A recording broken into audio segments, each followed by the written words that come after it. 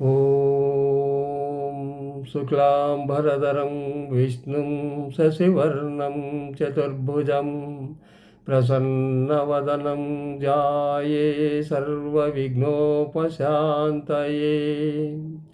ఓం ఆపదామపహర్తారం దాతారం సర్వసంపదాం లోకాభిరామం శ్రీరామం భూయో భూయో నమామ్యహం. ఓం ఆంజనేయం మహావీరం బ్రహ్మ విష్ణు శివాత్మకం కరుణాక ప్రభాం శాంతం రామదూతం నమామ్యహం. శ్రీ ఆంజనేయ స్వామి సంజీవిని పర్వతంను తీసుకుని వచ్చుట. 67,000 కోట్ల మహావీరులైనట్టు వారు రామ లక్ష్మణులతో సహా యుద్ధభూమిలో పడిపోయారు. ఒక్క వానరుడు యుద్ధభూమిలో తిరుగుతున్నవాడు లేడు. ఇంద్రజిత్తు శక్తి తెలుసు కాబట్టి విభీషణుడు వెళ్ళిపోయాడు, దొరకలేదు. ఏ అస్త్రంతో బంధించబడని హనుమంతుడు ఒక్కడు మాత్రం బ్రతికున్నాడు. హనుమంతుడు విభీషణుడు కాగడా పట్టుకుని ఎవరెవరు బ్రతికున్నారా అని చూస్తూ బయలుదేరారు.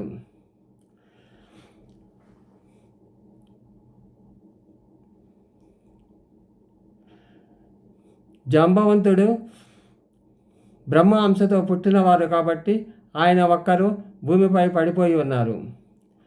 అప్పుడు విభీషణుడు జాంబవంతుడిని అడిగాడు, తాత కుశలమా అని. అప్పుడు జాంబవంతుడు ఆంజనేయుడు కుశలమా అని అడిగారు.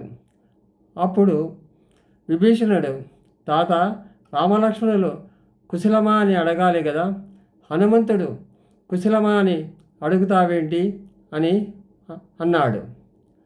అప్పుడు జాంబవంతుడు, రామ లక్ష్మణులతో పాటు మొత్తము సైన్యము పడిపోయిన ఒక్క హనుమంతుడు బతికితే చాలు, ఒక్క హనుమంతుడు చనిపోయి మిగతా వారంతా బతికిన వ్యర్థమే అని అన్నాడు. అప్పుడు హనుమంతుడు జాంబవంతుడి పాదాలు పట్టుకొని, తాత హనుమంతుడు కుశలం అడుగుతున్నాడు అని అన్నాడు.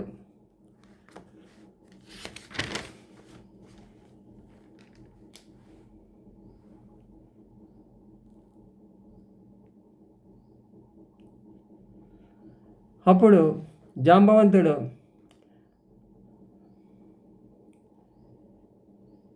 కైలాస పర్వతం పక్కన వృషభం అనే పర్వతం ఉంది.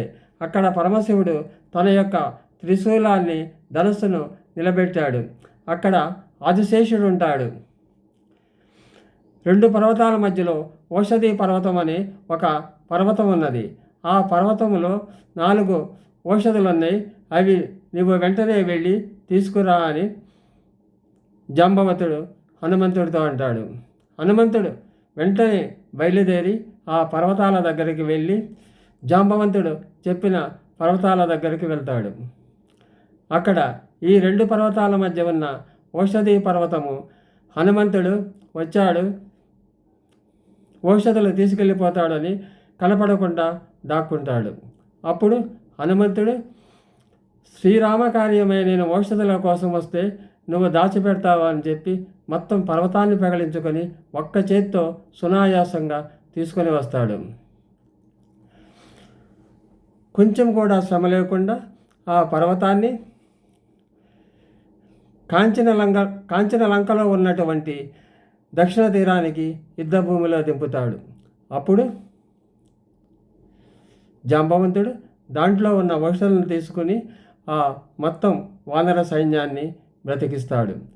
మరలా శ్రీ ఆంజనేయ స్వామి అదే పర్వతాన్ని తీసుకుని వెళ్ళి అది ఎక్కడ ఉన్నదో అక్కడే ప్రతిష్ఠించి వస్తారు.